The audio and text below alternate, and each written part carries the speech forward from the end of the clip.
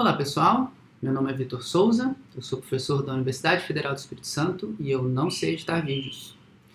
A aula de hoje nós vamos falar sobre o JSF, Jakarta Server Faces, que antigamente era chamado de Java Server Faces, e essa aula está dentro do contexto de um curso de desenvolvimento web focado na plataforma Java, e na playlist em que ela se encontra, nós já apresentamos aulas anteriores em que fizemos um resumo do desenvolvimento web em Java e apresentando todo a pilha, o stack de tecnologias do Jakarta EE, o JSF, o CDI, o JPA, os EJBs, e agora nós vamos focar em cada uma dessas tecnologias, trazendo um pouco mais de informações sobre cada uma delas, algumas aulas um pouco mais teóricas na sequência aqui dessa playlist, Então, o Jakarta Server Faces, o JSF, ou simplesmente Faces, que antes era o Java Server Faces desde 2004, a sua primeira versão, passou por uma evolução aí,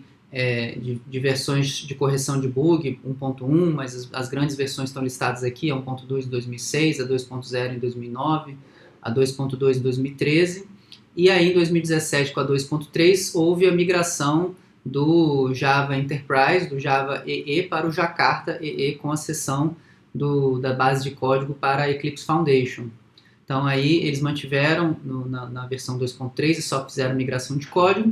No ano de 2019 ele passou a ser conhecido como Jakarta Server Faces, a gente vai continuar chamando de JSF ou Faces, como parte do Jakarta EE8. E agora em 2020 foi lançado o JSF 3.0 como parte do Jakarta EE9. Vocês podem ver mais informações sobre a especificação no site do Jakarta EE. Bom, falando de forma mais aprofundada sobre o JSF ele tem um ciclo de vida que trata todas as requisições, Ciclo esse, inclusive, é passível de críticas, aí, se vocês pesquisarem na internet, há muitas críticas à forma como o JSF se organiza para tratar as aplicações web. Mas o fato é que existe esse ciclo de vida e a gente conhecer um pouco desse ciclo de vida nos ajuda a entender como algumas coisas funcionam quando a gente usa o JSF, Então, há uma requisição que nós já vimos em aulas anteriores, que você faz o mapeamento de alguma determinada URL, tipo asterisco.faces, asterisco.xhtml, você pega todas as URLs com essa característica e passa elas para o Faces Servlet, Então é um servlet do JSF que centraliza todas as requisições que têm uma certa característica, por exemplo, asterisco.xhtml. Então, toda requisição que chegar para ele vai seguir esse fluxo em que tem as fases em verde, Restore View, Apply Requests, Process Validations, Update Model Values, Invoke Application e Render Response. Então, essas fases elas seguem um ciclo comum, um ciclo normal, e você tem algumas atividades de processamento de eventos no meio que podem, por exemplo, fazer um curto-circuito aqui e fazer com que a resposta seja trazida, renderizada, apresentada mais rapidamente do que passar pelo ciclo todo, dependendo do que acontece, Então aqui na primeira fase do ciclo do JSF, ele vai restaurar a view. A view é uma representação em memória daquilo que tem na sua página XHTML, na página que vai ser mostrada para o navegador depois de processada. Então são as tags, na verdade, do JSF que vão passar para um processamento e gerar o HTML no final. Então essa view ela é construída e ela é guardada no que a gente chama de Faces Context, no contexto do JSF, e ele vai preparar ali eventos, gerenciadores de eventos, validadores, em cada um dos componentes que compõem essa view. Pode ser que tenha um evento nesse botão, ou algum evento associado a essa caixa de texto. Então ele vai fazer toda essa preparação, todo esse preparo, e vai passar para a próxima fase. Então nas próximas fases, no Apply Requests, ele vai pegar, a partir da view que ele construiu, ele vai extrair os valores dos componentes HTML. Então vai chegar, na verdade, uma requisição HTTP, e nessa requisição tem um cabeçalho, tem um protocolo que é utilizado. Então a partir do que tem ali, que chega para o servidor, ele vai extrair os valores dos componentes e vai convertê-los e vai colocar nos elementos na memória, né, para que eles possam ser utilizados numa fase para frente. Então ele vai processar também nesse momento os componentes que são marcados como immediate. Então immediate é um atributo que você pode colocar em tags do JSF, em componentes da sua biblioteca de componentes visuais, e quando você marca immediate como true, ele vai processar esses componentes mais cedo, aqui nessa fase de apply requests. E aí você, por exemplo, pode, em determinados casos, fazer um curto-circuito e já sair para a resposta sem nem mesmo fazer a chamada de método que está associada com com o botão que foi apertado, né, por exemplo. Então isso aqui é interessante de saber porque é um atributo que a gente pode usar nas páginas, né, que é o immediate. Depois ele vai processar as validações, e aí no caso de problema de validações ele pode também ter o curto-circuito aí e terminar o ciclo mais cedo. Depois, na Update Model Values, é quando ele vai, de fato, atribuir ao bin do JSF, que é o que a gente está chamando de controlador, né, que é a classe que a gente implementa e que faz a associação de atributos dessa classe com campos do formulário, né, nos exemplos que a gente viu em aulas anteriores, quem tiver visto já essas aulas, que a gente fez o exemplo do Java Hostel, nós tínhamos campos de cadastro e cada campo de cadastro era ligado, né, fazia um binding com o Registration Controller, que era uma classe Java, que o JSF chama de bin, a gente costuma chamar de controlador, você pode chamar também de classe de ação, né? Os frameworks MVC antigos chamavam de classe de ação. Então, você vai nesse ponto do Update Model Values, depois de já ter carregado tudo em memória e processado as validações e as conversões, ele vai atribuir aos atributos do controlador, desse bin, os valores que foram extraídos dos componentes, né? E aí no Invoke Application vão ser chamados os eventos de nível de aplicação. Por exemplo, quando você clica no botão para mandar um formulário e nesse botão você está associado, esse botão está associado à chamada de um método no controlador, né? Como lá no Java Hostel, quando você clicava no botão de cadastro, ele chamava o Registration Controller .register, né, que era o método register da classe Registration Controller. Então, você nesse ponto do Invoke Application é que você vai notificar os listeners, que é esse método que está escutando esse evento de clique no botão. E aí vai ser executada a lógica de negócio e tudo mais, e por fim vai vir para o Render Response, em que caso você esteja numa requisição chamada postback, que é quando você já tem uma página e você está novamente voltando para o JSF com alguma outra coisa, por exemplo, você já renderizou a página do formulário, agora você está fazendo postback, mandando coisas de volta a partir da página já renderizada. Ele vai reutilizar essa árvore de componentes que foi montada quando ele fez a primeira vez que ele mostrou essa página e vai fazer. Com isso, ele vai conseguir renderizar novamente aquela página, né? E se você tem algum erro que aconteceu, por exemplo, algum erro de conversão, algum erro de validação, eles são mostrados na página original, ele volta para a página original. Então, da página de cadastro, por exemplo, se você planeja ir para uma página de sucesso, caso aquela requisição se complete com sucesso, no caso de erros, ele volta para aquela mesma página de cadastro e você pode mostrar mensagens de erro nessa página com algumas tags que a gente vai falar mais para frente, né? Então, no final das contas, ele salva o estado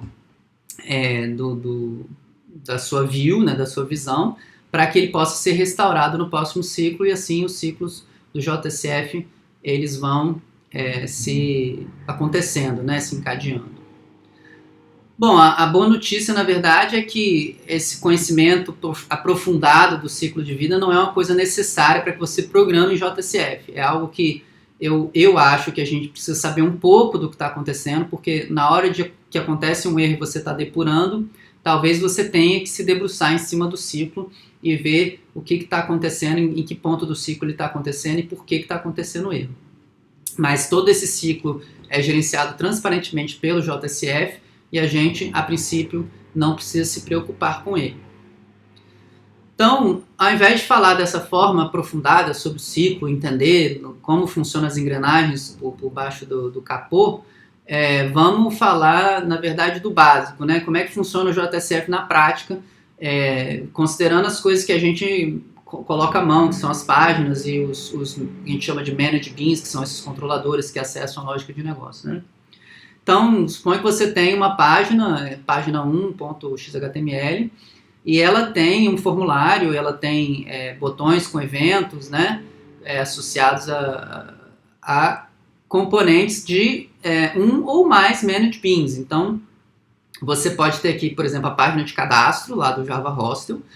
Você tem 4 campos do formulário e um botão. Cada um dos campos é associado a um atributo de um managed bean único, que é o Registration Controller, mas poderia ser mais de um. Você pode pegar cada campo e associar mais de um managed bean. Não tem nenhuma restrição quanto a isso. Depois você que tem que gerenciar isso no que você for fazer em seguida, né? E o botão dessa página que é associado a um método desse mesmo managed bean, que é o método register, né? Então, quando você preenche o formulário e clica no botão, os valores dos componentes, em algum momento daquele ciclo que a gente acabou de apresentar, eles são atribuídos, então é criado um objeto, né, dessa classe, a gente desenvolveu uma classe, mas na hora que está executando é instanciado automaticamente um objeto dessa classe, que ele identifica por meio do nome da classe sendo usado na Expression Language, né? Então nós vamos ver alguns exemplos aqui, mas também já vimos lá no exemplo do Java Hostel. Então, quando você na página diz Registration Controller ponto alguma coisa, esse Registration Controller motiva o JSF, e depois, na próxima aula, vamos falar de CDI, a gente vai ver que o CDI está por trás disso tudo também. Ele motiva o Jakarta EE a criar um objeto e associar esse objeto com essa requisição. Então, todos os componentes, os valores dos campos dos formulários vão ser atribuídos aos atributos desse managed bean, desse objeto que foi criado, desse objeto controlador que foi criado. Então, eles são atribuídos e depois o clique no botão, ele é associado ao método register, então ele chama, né, como se fosse uma chamada de evento, o evento de clicar no botão chama o método register, né? Então o método register vai executar, e ele vai fazer a lógica de negócio, verificar se dá para cadastrar, se esse hóspede é maior de idade ou não, que é o exemplo que a gente usou lá, e se ele for maior de idade é sucesso, se não acontecer, né, nenhum erro nem nada. Se ele não for maior de idade, ele vai para uma outra página dizendo que não é possível se registrar no Java Hostel sendo menor de idade. Então, nós temos essa lógica de negócio que vai voltar para o controlador o que aconteceu, se deu tudo certo ou se aconteceu uma exceção de que esse hóspede é menor de idade. Aí, o controlador ele vai fazer um retorno para o JSF, ele vai dizer ou ele retorna success ou ele retorna underage, né, menor de idade. O JSF, então, vai escolher uma outra página, que no caso, vamos dizer, success.xhtml, e ele vai renderizar essa página, ele vai processar o XHTML dela, que tem tags do JSF, tags de outras bibliotecas de tag, né? Pode ter ali. Ele vai processar essa página, ela vai virar um HTML e vai ser retornada para o cliente, né? Então, esse é o básico. Você tem uma página que vai enviar dados e chamar eventos em classes Java, que são os controladores ou managed beans. Esses managed beans fazem o que tiver que fazer, geralmente acessar uma lógica de negócio, e devolve para o JSF para onde você quer ir, né? Para qual outra página você quer ir. Aí note que essas duas páginas poderiam ser a mesma, né? Eu poderia usar o JSF, por exemplo, para fazer uma single page application, em que você sempre volta para a mesma página. E mais ainda, para realmente ser uma single page application, essas chamadas teriam que ser feitas por Ajax, não seriam chamadas requisições HTTP completas, né, em que você recarrega a página toda. Então você pode ter, por exemplo, uma única página se comunicando várias vezes com o controlador JSF, acessando lógica de negócio, que impacta lá no seu banco de dados, e atualizando partes da página utilizando tecnologia Ajax. Você pode fazer isso com o JSF. Então esses componentes que fazem parte dessas páginas aí, né, que são componentes seja para obter informações, seja para mostrar informações, né? Aí tem alguns exemplos de componentes para obter informações, como o Select One Menu, né, em que você vai selecionar o Input Text, Input Secret, você vai digitar, Select Many, List Box, você vai selecionar mais de um, Select One Radio ou Select Boolean Checkbox, que são os componentes básicos, né, de formulários web. E tem componentes para mostrar dados, como data table, ou então um simples, né, que é o output text, né, você tem o input text, tem também o output text, que é só para mostrar um dado que vem do controlador, né, numa página. Então, essa página 2 aqui, ela pode ter um output text que se refere a um dado que está no objeto controlador. Quando, por exemplo, acontece da pessoa ser menor de idade, eu mando para o controlador uma exceção, dentro dessa exceção tem a idade que foi calculada, a pessoa tem 15 anos. Então, essa idade é armazenada num atributo age, por exemplo, e quando você chega na página underage XHTML, você usa um output text se referindo a registrationcontroller.age. Isso faz com que seja chamado getAge, né? Todas essas atribuições e obtenções de dados são feitas tradicionalmente por getSet, dentro do padrão Java Beans, né? E o valor de age vai ser colocado nesse ponto. Essa tag output text vai ser substituída por esse valor 15, né? Com esse comando, com essa tag output text. E você tem algumas tags também que são usadas mais para interação, né? Você clicar num botão, clicar num link, com command button ou command link. Então existem alguns componentes básicos digamos assim, da biblioteca de componentes visuais padrão do JSF, mas você pode também usar uma biblioteca de componentes, né? Se você for lá no primefaces.org/showcase, você vai ver exemplos de uma série de componentes muito mais refinados, né? Você tem componentes que podem mostrar gráficos, um carrossel de imagens, você tem painéis, né, quadros de mensagem, você tem interação com Ajax muito mais bem desenvolvida, né? Você tem uma série de coisas que você pode fazer, diálogos modais, tabelas em que você pode fazer uma série de manipulações nas tabelas, tudo isso já com as tags prontas, e você, no showcase, você pode ver como exemplos e como você fazer aqueles exemplos. Então ele mostra o código do exemplo e você pode copiar e trazer para a sua realidade, conectando com os dados da sua aplicação, né? Ele tem lá algumas classes Java que carregam dados aleatórios lá que ele produz, e você pode, na verdade, trazer o exemplo do XHTML, daquela tag primefaces, e tentar conectar com os dados que vêm do seu controlador, que estão refletindo coisas que você está tirando do banco de dados do seu sistema de informação, né? Então a ideia no desenvolvimento de uma aplicação com prime faces, né, e de repente com admin faces que a gente mostrou, em que você gera uma aplicação com uma cara super padrão, né, mas se você não tem na sua equipe alguém de design, né, um web designer para fazer um layout personalizado, então você pode utilizar, né, lançar mão de uma solução padronizada desse tipo. E aí você bota os componentes do Prime Faces e escolhe, você pode também personalizar o tema, né? Ele muda as cores dos componentes de acordo com o tema, e tudo isso já vem pronto para você poder fazer seu sistema de informação. Bom, então agora nós vamos, passando esse básico aí do JSF, nós vamos falar um pouco de algumas características, algumas funcionalidades específicas do JSF quando a gente está utilizando ele para fazer o nosso controlador aí frontal e mediar, né, a interação que vem das páginas web com a nossa lógica de negócio, né, essa mediação entre front-end e back-end, né? Então, uma das coisas que a gente tem que saber é que você tem, na hora de chegar no final, lá na última atividade do ciclo de vida, última fase do ciclo de vida do JSF, tem a renderização da resposta, né, o render response. Então, essa renderização da resposta, existem formas de você fazer, configurar no arquivo XML regras de navegação e depois usar, se referir a essas regras no seu retorno. Mas a forma mais simples e que eu costumo fazer de renderizar uma resposta é simplesmente dizer para ele qual é a página que tem que ser renderizada. Então, a partir da raiz da sua aplicação web, né, que se for uma aplicação web tradicional do Eclipse lá, ele usa web content como pasta raiz, então dentro de web content teria essa pasta core, essa pasta register dentro de core e esse arquivo taken XHTML dentro da pasta register. Ou então, se você está fazendo com Maven, né, você vai ter lá a estrutura padrão do Maven, que agora de cabeça não me vem, mas source/webapp, alguma coisa assim, né? Então, existe uma pasta que é considerada a raiz da sua aplicação web, que dentro dessa pasta, por exemplo, vai ter a pasta webinf, que é onde fica a configuração das aplicações do WebJava. Então, se você não sabe qual é a pasta raiz da sua aplicação web, procura pela webinf. É a pasta superior ao webinf, é a raiz.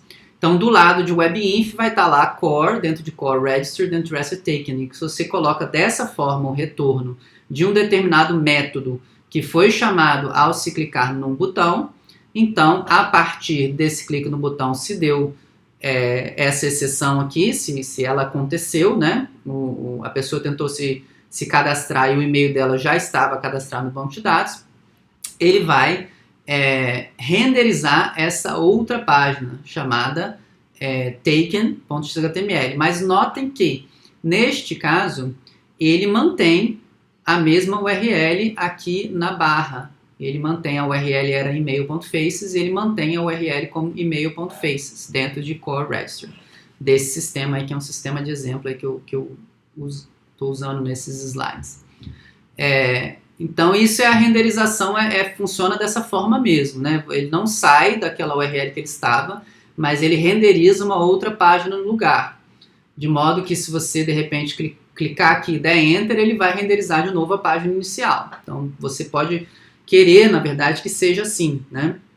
Que ao renderizar a resposta, você mantém a URL inicial para caso a pessoa venha aqui, clica aqui e dá um Enter para recarregar a página inicial. Se ela clicar no refresh, geralmente os navegadores vão perguntar, você quer enviar o formulário de novo? Né? O navegador ele pergunta se você quer novamente enviar o dado do formulário para essa requisição que você fez, repetir a requisição que você fez. E aí você vai provavelmente, né, receber a exceção de novo e cair na mesma página. Aí vai repetir essa página aqui. Mas se você clicar aqui e der Enter, é uma nova requisição e ele vai voltar para essa página aqui. Se você quiser, na verdade, que ele não mantenha a URL, você quer mudar a URL, você precisa adicionar na sua resposta, além do caminho completo para a página, a partir da raiz da aplicação web, para a página que você quer renderizar, você coloca na frente uma propriedade que o JSF vai consumir essa propriedade e ele não vai mostrar ela na URL, né? Ele vai consumir essa propriedade aqui e vai mostrar a URL da outra página, né? Então, no caso de não ter problema naquela exceção, né? Não deu problema, você mandou o e-mail, esse e-mail não está cadastrado ainda. Aí ele vai retornar para essa página aqui, só que aí você quer que ele retorne com um redirecionamento. Aí aqui tem que entender também um pouquinho do que é um redirecionamento. Um redirecionamento significa que vai ser feita uma nova requisição HTTP, né? Então, por isso que aparece uma nova URL aqui em cima, né? O servidor vai dizer de volta para o navegador, ok, mas o que você quer está nesse outro endereço. E o navegador requisita esse outro endereço automaticamente.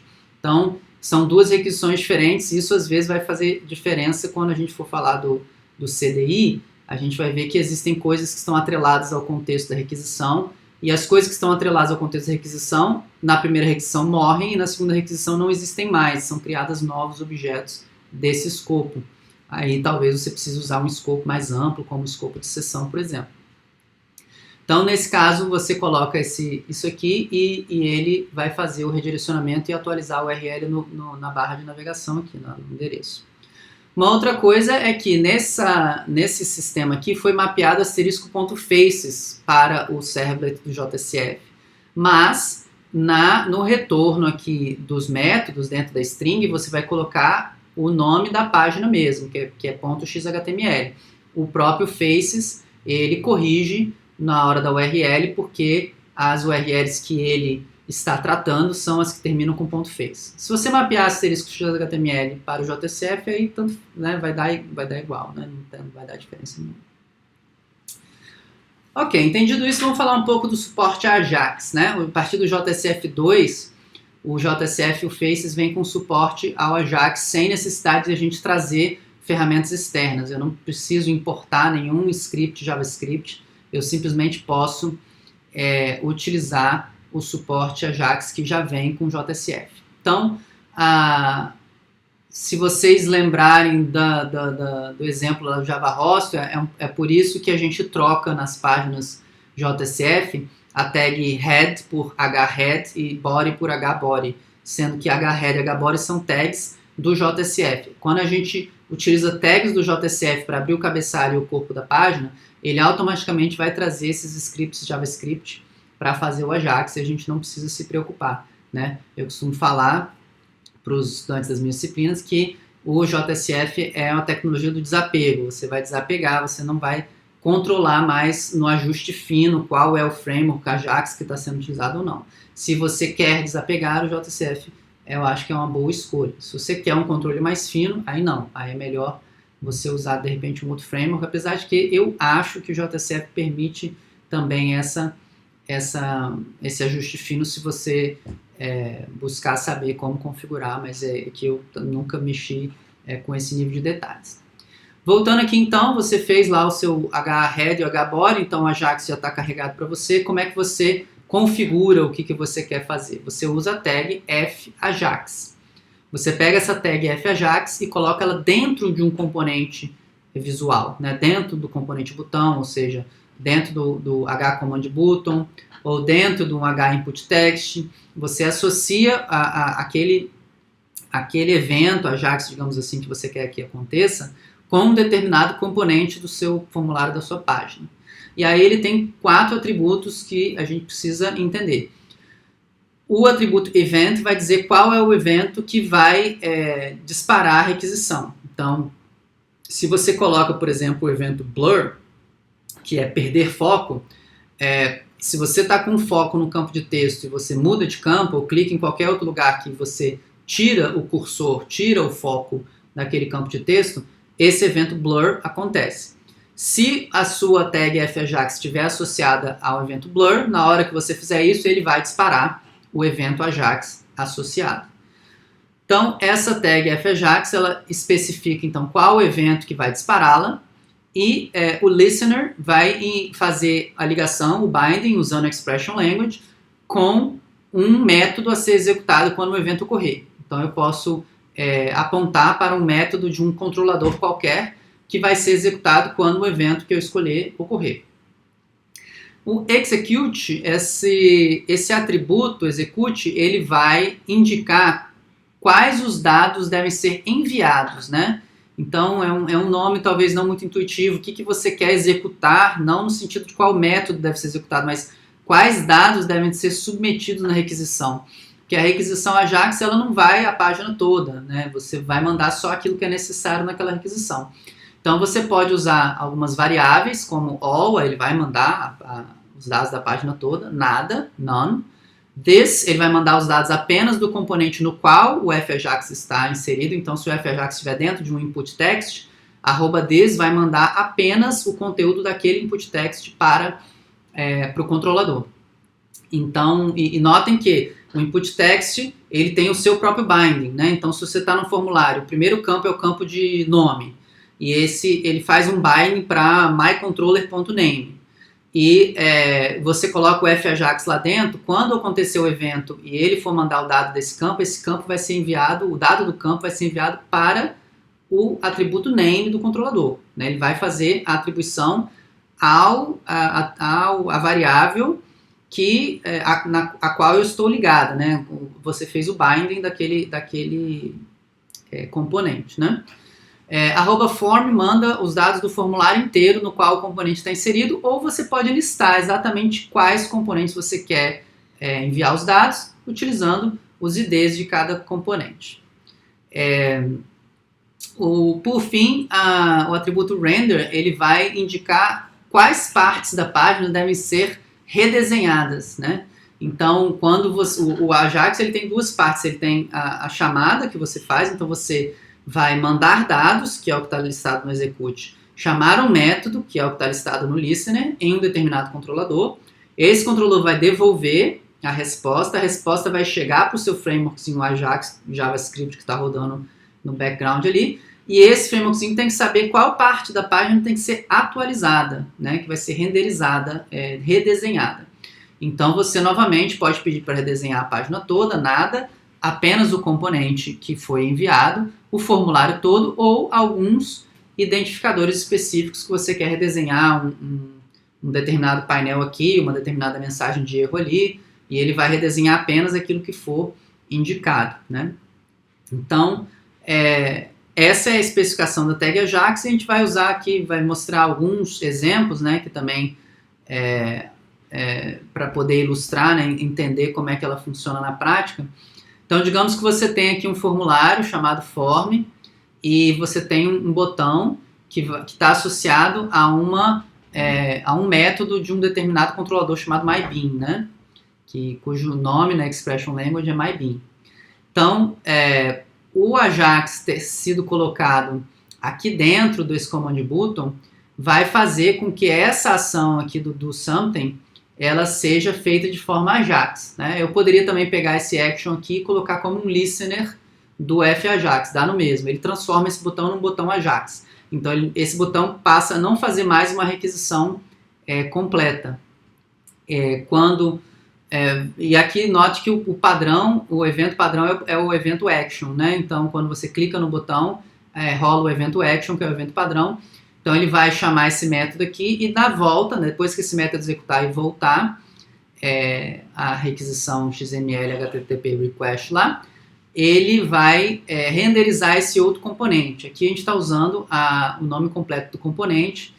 Se você está no mesmo formulário, você não precisa usar esse nome completo. Você pode, por exemplo, igual aqui, execute value, e tem esse campo input text com esse ID value, e aí ele se refere ao nome simples ao invés do nome completo, né? Então, o nome completo parte de uma raiz, que é 2 pontos, o nome do formulário, 2 pontos, o nome do componente. Então, aqui ele vai mandar executar esse método aqui, e quando esse método terminar, ele vai renderizar novamente tudo que está dentro desse panel group aqui. Então, digamos que esse método vai e altera alguns valores de alguns atributos do myBean, e aqui dentro desse panel group tem uma data table, tem um output text, tem algum componente que faz referência a esses valores que mudaram. Então, ao clicar aqui, apenas esses componentes vão ser atualizados na página, a página toda vai ficar onde está, sem fazer uma nova requisição. Aqui nós temos um exemplo de execute, ele vai mandar apenas o valor desse input text aqui. Então, ao clicar nesse command button, JCF vai pegar o objeto myBean e chamar setValue com o que tiver escrito nesse campo de texto aqui, com esse ID, né? Porque eu escolhi executar apenas ele. Depois ele vai buscar novamente o componente com o ID another component e vai redesenhar esse componente no final da requisição. Aqui tem uma tag mais completa, né, em que você tem um input text. Digamos que você vai escrever o nome da sua universidade aqui e ele vai chamar um método que é sugerir sigla. Então ele vai pegar a primeira letra de cada nome, Universidade Federal do Espírito Santo. Então ele vai pegar UFS, UFES, e vai colocar num outro atributo, que é o atributo acronym, né, que é o acrônimo. Então você, ao escrever Universidade Federal do Espírito Santo nesse input text e sair desse campo, então vai acontecer um blur, né? Ele vai ele vai primeiro, o padrão do execute é o @this, então ele vai mandar o dado desse campo para o controlador. Então aqui tem o controlador tem um objeto de domínio aqui que tem nome e tem acrônimo, e o suggest acronym vai fazer esse cálculo e alterar essa variável acrônimo no objeto obj. Então, quando você executar esse método e ele fizer esse cálculo e voltar para cá, ele vai renderizar novamente, ele vai redesenhar esse input text com esse ID acronym. E o que acontece é que ele vai obter, de novo, ele vai pegar o objeto myBean, fazer get obj, get acronym, e aí ele vai obter a sigla, né, UFES, e vai preencher automaticamente esse campo com a sigla UFES. Então, esse tipo de coisa que você consegue fazer com Ajax, isso e muito mais, né? Então, aqui tem um exemplo muito simples de como você pode se referir a elementos de um controlador e chamar métodos nesse controlador e assim ter esses comportamentos dinâmicos da página sem você recarregar a página como um todo. Bom, falar brevemente sobre escopos, nós vamos falar do CDI, que é o Context and Dependency Injection, na próxima aula, próximo vídeo planejado aqui para esta playlist, né, do curso de desenvolvimento web e web semântica da UFES. Então, nós vamos explicar um pouco mais esses escopos, mas basicamente o escopo significa em quanto tempo o objeto vai viver, né? Então, é a definição de escopo mesmo que a gente sempre usa em linguagem de programação. Então, o JSF ele tem alguns escopos que podem ser associados aos BINs, né? Por exemplo, Application Scope, Session Scope, View Scope, Request Scope e Non-Scoped. E isso historicamente era usado. Com a criação do CDI, o CDI passou a gerenciar os escopos e o JSF passou a se referenciar, né, se referir aos escopos do CDI, que a gente vai ver o Application Scope, Conversation Scope, Session Scope, Request Scope e outras coisas na aula de CDI, outros detalhes. Então, quando a gente está desenvolvendo usando o CDI, a gente vai esquecer os escopos do JSF e vai usar apenas os escopos do CDI, né? Então, esquece os escopos. Se você fizer importar, organize imports, né, organizar seus imports automáticos e o Eclipse trouxer algum desses escopos aqui, não use, porque isso vai causar erros no seu programa, na sua aplicação. Foque apenas nos escopos do CDI, né? Então, basicamente, se eu coloco um determinado bin como Session Scoped, significa que ele vive durante toda a sessão do usuário, tipo um carrinho de compras que fica ali ativo, né, com os produtos que eu quero comprar numa loja de conversa eletrônica. Então, aquele bin, ele página depois de página, todas as páginas que se referirem a ele vão se referir ao mesmo objeto, né? Enquanto que um objeto associado ao request, a cada request ele é criado, depois ele é jogado fora, né? Ele é recolhido, descartado, né? Então, isso aqui a gente, quando falar de CDI, vai falar mais sobre isso. Só a mensagem mais importante aqui se você vai usar o CDI, faça referência apenas aos escopos CDI e não misture. Outra funcionalidade interessante do JSF são os conversores, né? O HTML, ele tem os campos, né? Se você for pegar aquilo que é renderizado no final das contas, é uma página HTML. O HTML tem os campos básicos dele lá, um campo input, um campo checkbox, né? Um campo input type submit, que é um botão. Então, esses campos todos, o conteúdo deles é sempre texto. E quando você faz a requisição, quando o navegador faz a requisição HTTP para mandar esses dados para o servidor, eles vão completamente como texto. Então, se você está trabalhando diretamente com servlets, por exemplo, né, se você fazer um servlet para tratar uma determinada requisição, todo parâmetro que você puxar da requisição vem como string. Então, você precisa sempre estar convertendo esses caras, sempre converter esses dados de string para o tipo específico que você quer fazer a computação, né? Se você quer que ele seja uma data, que ele seja um número inteiro, que ele seja um número real, que ele seja um booleano e etc, né? Então, quando você faz uma página no JSF, você faz o binding, né, que é a ligação desse campo do JSF com um determinado atributo do seu controlador, né? Então aqui, inclusive, o controlador ele tem um outro objeto, pode ser um objeto de domínio, né, chamado myObject, e dentro desse objeto myObject tem um atributo updateDate, que, por exemplo, seria uma data, né? O JSF ele vem com vários conversores que vão fazer a conversão automática, dado a inferência que ele faz, né? Ele vai lá no código e vê qual é o tipo de dado que se refere a esse updateDate, então é uma data. Se fosse um long, é um número inteiro. Se fosse um double, é um número real. Se fosse um boolean, é um booleano. E assim por diante. Ele reconhece o tipo e automaticamente converte o valor string que vem na requisição HTTP para o tipo específico. Alguns conversores precisam ser configurados, como por exemplo, datas em Java, se você usa a API antiga de datas, que é o Java UtilDate. Ela serve não somente para representar datas, como também horas. Então, e as datas e horas podem ser formatadas de maneira muito diferentes, dependendo de onde você está, né? Se você, nos Estados Unidos, bota o mês primeiro que o dia, aqui no Brasil a gente bota o dia primeiro que o mês, em determinados lugares você pode querer formatar no formato ISO, que é ano, traço mês, traço dia, a hora de um jeito, enfim. Então você pode, por exemplo, usar essa tag fConvertDateTime, por exemplo, para dizer que você quer ambos, né, que é tanto data quanto hora, e você dá um padrão aqui de como você espera essa data e hora nesse campo, ou você pode se referir a questões de internacionalização também, e deixar a configuração de regionalização indicar, né, se você está nos Estados Unidos vai usar de um jeito, no Brasil vai usar de outro, em outro país vai usar de outro.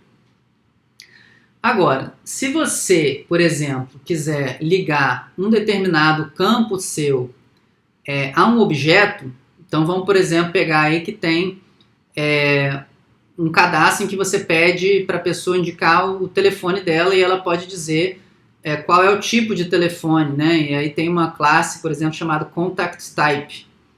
Essa classe Contact Type, ela serve para você cadastrar os tipos de contato que você aceita, né? Por exemplo, casa, trabalho, celular, recado, fax, se é que ainda existe fax. Então, você pode cadastrar, ter um cadastrinho, um crudezinho que você pode criar novos tipos de contato que você queira reconhecer, e na hora que a pessoa se cadastra, na hora que ela vai cadastrar um telefone, ela diz qual é o tipo de contato daquele telefone lá, né? Então você pode querer colocar numa página esse tipo de escolha usando uma tag Select One Menu, que é um drop-down, né? Que é que a gente chama de, muitas vezes chama de Combo Box, mas Combo Box é só se você pode digitar também qualquer coisa. Se você só pode escolher uma das opções sem digitar o que você quiser, teoricamente é um drop-down, né? É um menu e você seleciona é um Select One Menu. Então esse Select One Menu, ele vai ser ligado, né, o binding que vai ser feito do valor dele vai ser com mybean.contactType, e esse contact type, na verdade, é um objeto da classe contactType, que é uma classe do meu domínio, não é algo que existia antes do meu sistema ser desenvolvido. Então, o JSF não tem nem como ter um conversor padrão para isso, né? Além de eu escolher um tipo de contato e eu querer que esse objeto do tipo de contato seja atribuído ao MyBean, então, na verdade, quando você escolhe celular, o que é atribuído a esse atributo contact type de MyBean não é a string celular, é um objeto, é uma instância da classe contact type, que é uma classe do meu domínio. Então, para fazer esse tipo de coisa, o JServer não vai conseguir fazer sozinho. Então, você precisa indicar para ele qual é o tipo de conversor. Você precisa de um conversor personalizado, né? Um customizado, como o pessoal costuma dizer, né? Para fazer esse tipo de conversão, que como o objeto é do seu domínio, você também vai ter que dizer para ele como converter o objeto desse domínio.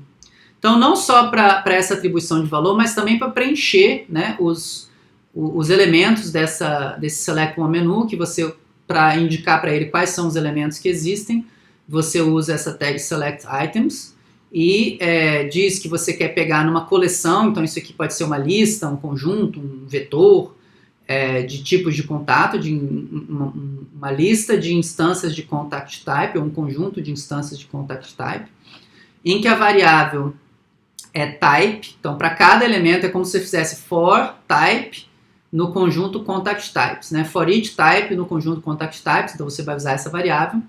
Você quer que o label que apareça, que vai aparecer no HTML e por conseguinte no dropdown, né? O que vai aparecer lá para a pessoa clicar e escolher casa, celular ou trabalho, venha da propriedade type dentro desse objeto contact type. Podia ser name, podia ser description, no final das contas tem uma string lá dentro desse contact type cujo nome é type. Ficou repetido aí, então ficou meio esquisito, né? Mas suponha, né, que dentro do contact type tem um atributo string type. E o item value, na verdade, é o próprio objeto, que vai ser representado por números. Por quê? Porque o meu contact type converter vai converter objetos contact type para alguma representação string, que no caso ele vai usar números. Então, esse Contact Type Converter é o que vai dizer o JSF como, pegando esses objetos dessa lista aqui que ele está acessando no bin, convertê-los para esses números, e quando esses números voltarem e forem ser atribuídos para um atributo Contact Type do bin, fazer a conversão de volta para uma instância de Contact Type. Então, como é que você faz um conversor customizado?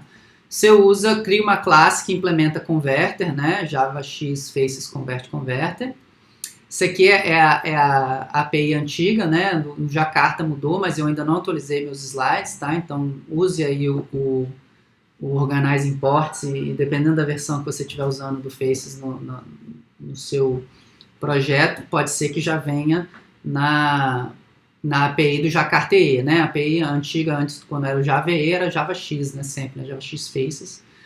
Então, converter.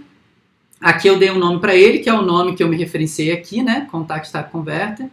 Aqui é o nome dele, dentro dessa notação. E ele implementa essa interface converter que define 2 métodos que têm que ser implementados. Get as object e get as string. Então aqui dado um valor string, converte ele para o objeto, no caso, contact type, né? Ele retorna o object porque não foi usado aqui tipos genéricos, então você converte para contact type e depois retorna como object mesmo. E aqui, dado um objeto contact type, que vai entrar aqui como object, você retorna ele como string. Então, o get as object, ele vai ser usado aqui quando você passar essas strings 1, 2 e 3, e ele vai converter isso para contact type para poder atribuir aqui. E o get as string, ele vai ser usado aqui quando ele pegar essa lista de tipos de contato e for converter cada elemento dessa lista para os identificadores aqui, né, que é o item value, ele vai converter o objeto para string 1, 2, 3, chamando esse método getAsString desse conversor. Então você pode fazer esse tipo de conversão de modo que você trabalhe sempre com os objetos, não fica mais trabalhando, né? Muitos frameworks ainda atuam assim, e antigamente no início da web era assim, né? Você sempre passava dados e passava um monte de ID, né? Você passa o ID do tipo de contato, o ID disso, o ID daquilo, e o controlador tinha que sempre ter o trabalho de sair recuperando todo mundo. Quem é o tipo de contato com ID tal, quem é não sei o que com ID tal, para remontar o gráfico de objetos. Então aqui esse trabalho ele é colocado no conversor. Então o conversor é que vai fazer esse trabalho de pegando um valor como string, converter para objeto e do objeto converter para string. Outra coisa que tem também no JSF são validadores, né? Então existem vários validadores padrão que você pode utilizar e também validadores personalizados. Então a validação, depois quando a gente for falar de JPA, que também está planejado como uma aula mais para frente nessa playlist aqui, o JPA, ele tem dentro dele, eu vou falar também de uma outra API do Jakarta, que é o Bin Validation, que está bem conectada ali com o JPA, porque você acaba colocando essas anotações nas classes de domínio, da mesma forma que você coloca as anotações de mapeamento objeto relacional. Então a validação com Bin Validation, ela é transversal, ela acontece desde da interface com o usuário até a lógica de negócio, né? Front-end e back-end. Então, você pode colocar algumas validações no JSF, mas você também deveria validar a sua lógica de negócio, porque toda validação que é feita na web, na interface com o usuário, que são páginas HTML, script, JavaScript, etc., elas podem ser desativadas, né? Quando você liga lá o seu navegador no modo developer, você pode ali, usando os comandos certos, ativar e desativar coisas, e se a sua validação é só na camada de apresentação, só na interface com o usuário, ela pode ser pulada, né? Ela pode ser desviada, enfim, a pessoa pode desativá-la e passar dados inválidos que vão gerar erros na sua aplicação. Então, você também deve validar a lógica de negócio, e lá na frente, quando a gente falar de Bin Validation, vocês vão ver que faz isso de forma transversal. Mas o JSF ele tem alguns validadores também que você pode querer usar separadamente na camada de visão ali na apresentação, né? Por exemplo, aqui ele tem um campo required, que se você colocar como true, vai fazer com que aquele campo não possa ser vazio, então ele não aceita que você envie esse campo como vazio. Então, dentro do ciclo do JSF, quando ele for fazer as validações, ele já vai fazer um curto-circuito, voltar para a mesma página, e se for Ajax, né, você acaba nem recarregando a página, e vai te indicar um erro nesse campo, se você estiver preparado para mostrar esse erro, que a gente vai falar na sequência.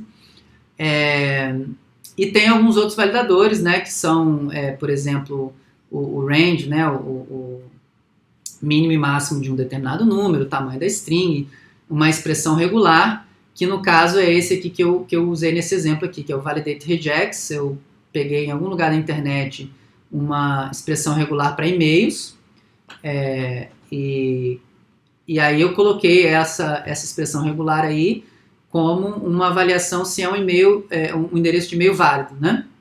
Então, se não é um endereço de e-mail válido, ele vai mostrar essa mensagem aqui, not a valid email address, que poderia estar internacionalizada, só nesse exemplo ela não foi internacionalizada. Mas, então, esse campo aqui ele tem dois validadores, o de required field e um de regular expression, que se o que for digitado nele não bater com essa expressão regular, ele vai mostrar essa mensagem que foi cadastrada aqui. E às vezes você precisa fazer um validador personalizado, por exemplo, só com expressão regular não dá para validar CPF, por exemplo, né, que é esse Brazilian Tax Code Validator aqui. O CPF ele tem os dígitos verificadores que têm que ser calculados e verificados de acordo com uma fórmula conhecida aí, né? Se você jogar no Google exemplo, código, bota sua linguagem de programação preferida, validação de CPF, você vai com certeza achar validação de CPF na sua linguagem preferida.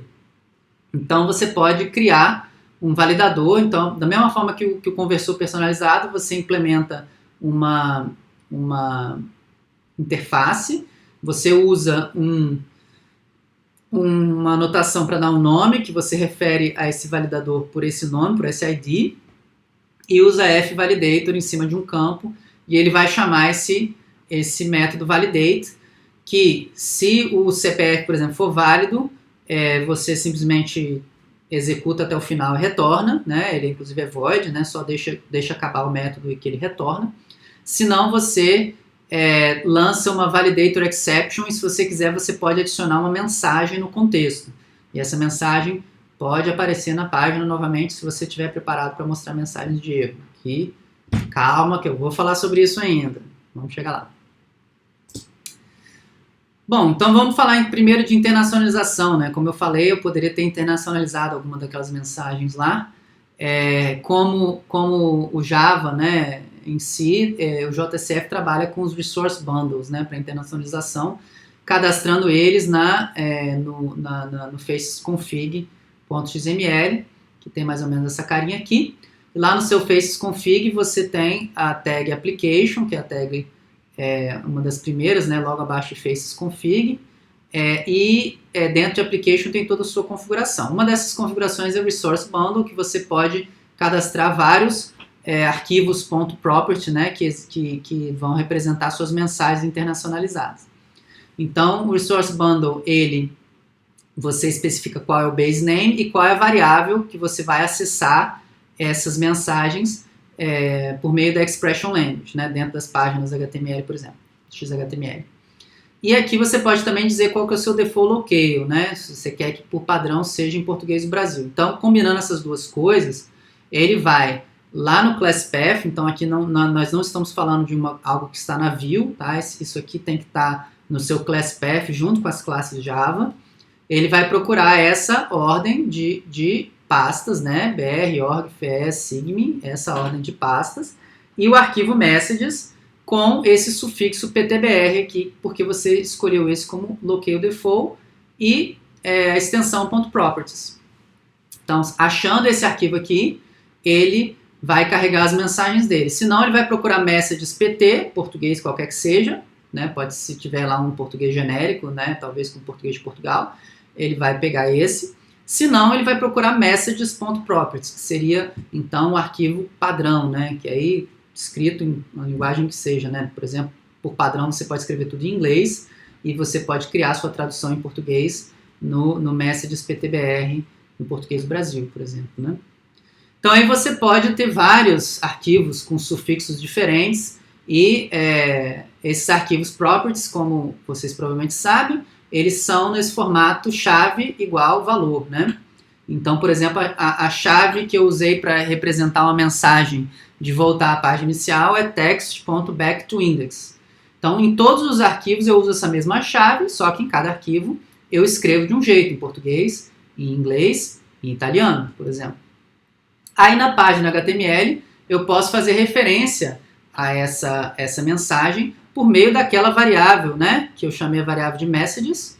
Aí eu faço referência a essa variável messages e acesso ela como um dicionário, né, passando entre colchetes o nome da chave entre aspas simples. Então se você usou aspas duplas aqui, você usa aspas simples aqui dentro. Então um output text com o valor messages, chave, text, back to index, se eu estiver configurado para português, vai imprimir voltar à página inicial. Se eu estiver configurado para inglês, vai imprimir back to the home page, né? E assim por diante. No controlador também a gente pode fazer o acesso a esse messages, é um pouco mais burocrático. Você tem que pegar o FacesContext com esse método estático getCurrentInstance na classe FacesContext. Isso vai retornar um objeto FacesContext com o contexto atual.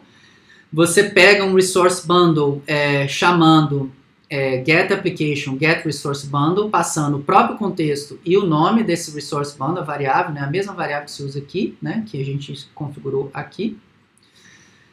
E de posse desse bundle, basta você fazer getString passando a chave que ele vai retornar a mensagem internacionalizada, né? Então você faz a externalização das strings nos arquivos .properties, faz quantas traduções você quiser e aí você pode fazer a troca de linguagem bem mais simples do que você traduzir todas as suas páginas, ou ter versões diferentes das suas páginas, com mensagens diferentes, né? Bom, outra coisa que a gente pode fazer, cada vez assim, avançando um pouco mais aqui nas questões, um negócio chamado Facelets Components. O Facelets Components, ele é uma forma de você usar o Facelets, que a gente já exemplificou no exemplo do Java Hostel, como uma forma de você fazer templates para sua página toda, né? Então no Java Hostel a gente pegou um template pronto e a gente criou um template pronto na internet, né? Um template responsivo, que é HTML puro, CSS, JavaScript, etc., imagens. Pegou esse e adaptou, botou dentro de um arquivo template.xhtml com as tags do Facelets, né? E aí a gente criou um template para a página como um todo. Então as nossas páginas, elas são XHTML bem simples, que são embutidos dentro desse template mais complexo, e aí todo o nosso site tem a mesma cara. Todo o nosso site tem o mesmo visual, e isso vem com um template, um decorador, digamos assim, do Facelets, né? Só que o Facelets pode ser usado para criar mini templates que, na verdade, são colocados dentro das páginas. Então, por exemplo, esse exemplo que está sendo colocado aí é um mini template para campos de formulário. Porque você tem as tags, né, do JCS, tem as tags do Prime Face, mas como que você vai dispor essas tags, né? Você vai colocar numa tabelinha com a etiqueta, né, o label, o nome daquele campo de um lado, e aí alinhado para a direita, o campo aqui, você talvez queira colorir o fundo dessa célula no caso de algum erro, mostrar uma mensagem de erro logo em cima do campo, e organizar seus campos sempre dentro dessa mesma estrutura. E aí você vai ficar repetindo isso toda a página que você vai construir. Então, ao invés de repetir isso toda a página que você vai construir, você cria um mini template de campo de formulário. Então, é o que está sendo exemplificado aí embaixo. Esse mini template ele é uma composition do Facelets, da mesma forma que a gente usa o Facelets para a página toda, a gente também usa uma composition. E ele tem aqui algumas classes as classes CSS, perdão, né? Então, ele é da classe FormField, isso vai me permitir que eu faça, por exemplo, um flow to left, no caso do label, e o flow to right, no caso do campo, né? Então, ele vai pegar esses divs e vai colocar nas posições corretas. E no caso do de ter mensagens de erros associadas a esse campo, e nós vamos falar de erros daqui a pouco, é a próxima coisa, a gente vai falar de erros que eu estou prometendo e vou cumprir. Eu quero adicionar também um CSS, uma classe CSS chamada Form Field Error. Nós temos essa div, que é a linha toda, dividida em duas subdivs, né? Que é a div class label e div class field. E aí o meu CSS vai fazer a configuração, como eu falei, float left, float right, né? Você tem que ver como que você vai fazer essa disposição com CSS. E aqui eu uso UI Insert, da mesma forma que eu uso UI Insert do Facelets para fazer a página toda, né, para pegar uma seção inteira de uma página, o corpo da página, e inserir num template completo do Facelets. Esse UI Insert vai inserir alguma coisa nesse meu mini componente, nesse meu mini template. Então ele insere algo que foi chamado de label. E aí eu coloco aqui também um asterisco, por exemplo, se eu pegando aqui do Faces Context, View Root, Find Component Field Name, né, que é o nome do campo, se ele for required true, então tem uma forma da gente, por exemplo, ver se os campos são required true, se não são, né, usando a API do Facelets, do Faces, e aí eu coloco um asterisco, no caso dele ser required true, né, isso é colocado na opção rendered, que se isso tudo aqui que está aqui for verdadeiro, esse asterisco vai ser renderizado, né, esse painel group todo vai ser renderizado, tem um asterisco dentro. Se ele não for verdadeiro, aí ele não vai ser renderizado, ele não vai fazer parte do HTML final. Então os campos required vão vir com um asterisco ao lado do nome label e antes do 2 pontos. Esses 2 pontos aqui é o 2 pontos que vem depois do label, depois da etiqueta. Aí vem a div class field e aqui vai ter um UI insert com uma barra, que significa que aqui ele vai inserir um determinado campo que eu chamar de label, aqui ele vai inserir o conteúdo completo do componente. Aí, para cada componente, eu estou adicionando também um tooltip, que é aquelas... Quando você bota o mouse em cima, aparece o que aquele campo é. Isso era muito comum antigamente. Hoje em dia, nas páginas HTML, se usa mais o placeholder, que é uma possibilidade também você fazer um placeholder. Só o exemplo está mais antigo aqui, acabou usando o tooltip. E... o p-message aqui é o que eu estou devendo explicar, que é uma forma de você mostrar mensagens de erro, né? Então, quando você chama o p-message do Prime Faces ou o h-message do JSF padrão, passando um determinado nome de campo, e esse field name aqui é uma variável também que está sendo inserida nesse meu mini template, renderizado se o field name não for nulo, né? Então, tem todas as verificações se o field name é ou não é nulo, para não ter nenhum erro no meu mini template. Se o cara esquecer de especificar qual é o field name, o template não vai renderizar essas coisas, ao invés de dar erro. E aí vai ter uma mensagem de erro que vai aparecer caso exista, né? Então, quando você bota um message for campo e-mail, se tiver uma mensagem atrelada ao campo e-mail, como um erro de conversão ou qualquer que seja a mensagem, ele vai aparecer a mensagem aí, porque eu estou usando sempre esse mini template. Então, todos os meus campos que usam esse mini template automaticamente tem uma mensagem de erro que aparece no caso de erros acontecerem, né, com aquele campo. E aí, finaliza com div class clear para poder fechar o CSS e fecha com UI composition. Feita essa composição, esse mini template, como é que eu uso? Eu uso com UI decorate, apontando para o template e passando com UI param os campos que precisa passar. Então, field name é form 2.5, porque vai o nome completo, o nome do formulário e o nome do campo e-mail que está aqui. O ID do campo é e-mail e o ID do form é form, não está sendo mostrado aí, mas vamos assumir que é. O tooltip, type your email, e o label, que é o label e-mail. Então, ao entrar isso no formulário, ele vai pegar esse e-mail e jogar aqui. Como esse cara é required true, ele vai botar o asterisco. Tem o CSS que vai pintar o fundo desses campos de roxo, porque essa foi a escolha do designer. E à direita o campo, que se você digitar uma coisa que não é um e-mail, né? Então, vê naquele slide para trás, que eu acho que não é mais o 19, eu esqueci de atualizar esse número aqui, deve ser 20 alguma coisa. Tem aquela validação regex, né, que eu já mostrei o e-mail, um exemplo de validação regex para e-mail no slide aí para trás. com aquela mensagem, né, o valor informado não é um endereço de e-mail válido. Então, quando você digita uma coisa que não é um e-mail válido, ele vai automaticamente retornar para essa mesma página, no caso, inclusive com Ajax, né, porque eu estou colocando aqui Ajax, quando eu saio do campo, eu quero que já mande esse dado para o controlador. Então, quando eu mando esse dado para o controlador com Ajax, ele já passa pelo ciclo do JSF, já faz as validações, executa esse validador, vê que não é um e-mail, porque eu escrevi I don't want to, não é um e-mail válido, retorna com a mensagem do validator message, né? No caso está em português, e ao renderizar novamente o próprio e-mail field, né? Porque ele está renderizando o panel group inteiro, que vai refazer todo esse UI decorator, que vai redesenhar todo o mini template. Aí ele vai desenhar o mini template como? Pintado de vermelho, porque agora existe um erro.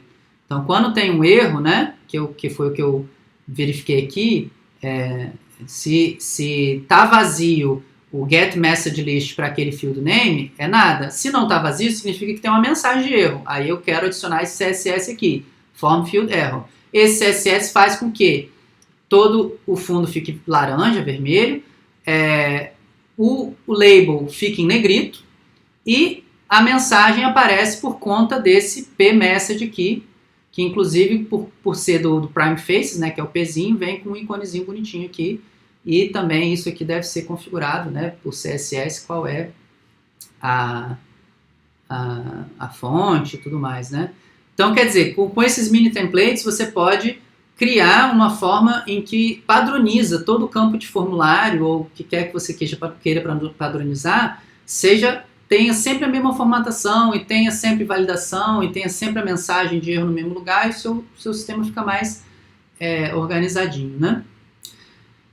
Para concluir, essas mensagens, elas são ligadas a campos específicos, né? O JSF, ele consegue ligar, ele liga, né, a campos específicos mensagens de validadores e conversores. Então, se uma conversão dá errado, ele coloca um erro de conversão ligado ao campo que deu errado. Então, se tem um campo que está ligado, é feito binding, né, com um valor inteiro, e você digitou ABC, ao tentar pegar esse string ABC e converter para inteiro e dar um erro, ele cria uma mensagem de erro e atrela essa mensagem de erro a esse campo específico. E você pode ter também mensagens de erro globais. Se der um erro geral, você pode criar uma mensagem de erro que seja global. Então, não está especificado o ID de um componente. Então, isso, os validadores conversores do JSF produzem essas mensagens de erro, mas a gente também, se a gente quiser, a gente pode, programaticamente, lá no controlador, por exemplo, vamos pegar o exemplo do Java Hostel de novo, quando a pessoa vai lá e digita a data de nascimento dela e ela é menor de idade. Eu posso querer atrelar a mensagem de erro de que ela é menor de idade ao campo data. Então, ao invés de ir para uma outra página dizer que ela é menor de idade, eu já boto a mensagem de erro em cima do campo data de nascimento. Você precisa ter 18 anos para ser cadastrado, né? Então, ele vai já em cima do campo que produziu aquele erro. Eu posso fazer isso manualmente também. E aí, na visão, na página XHTML, para mostrar essas mensagens, eu preciso colocar um componente que mostre a mensagem, que no caso é um HMessage para uma mensagem ou HMessages para todas as mensagens que tiver. Então, quando você usa o Global Only, ele exclui as mensagens que são ligadas a componentes específicos. E quando você usa o For Component ID, você mostra apenas as mensagens ligadas a componentes específicos. Então, o que eu sugiro? Que esse HMessage ou um PMessage, se você quiser usar o do Prime Faces, que é para um component ID específico, esteja no seu mini template do seu Faceless Component, para o Form Field, né? Esse que a gente exemplificou aí agora há pouco.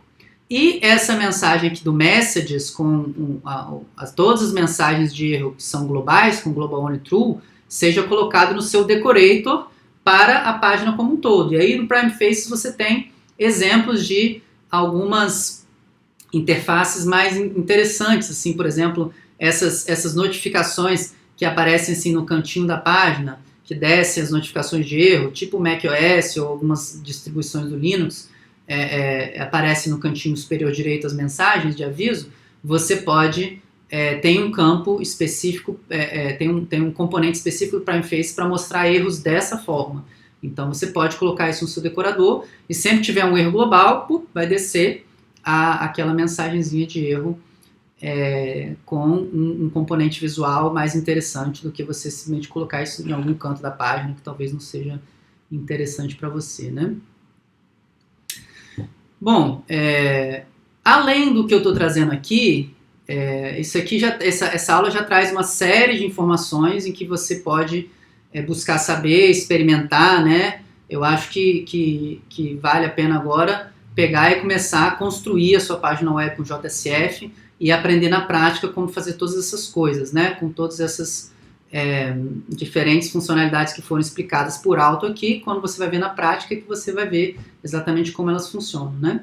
E aí eu também sugiro escolher uma biblioteca de componentes visuais, né? A mais popular mesmo, que eu acredito, é o Primeface, é a que eu costumo usar também.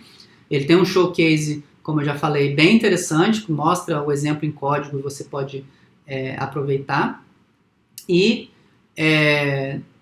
a partir daí você vai construindo sua aplicação e vai vendo como funciona o JSF na prática, né? Então é isso que eu sugiro para vocês daqui para frente. Então eu fico por aqui e deixo vocês com as palavras dos poetas. Foi preciso perder para aprender a valorizar. Tchau!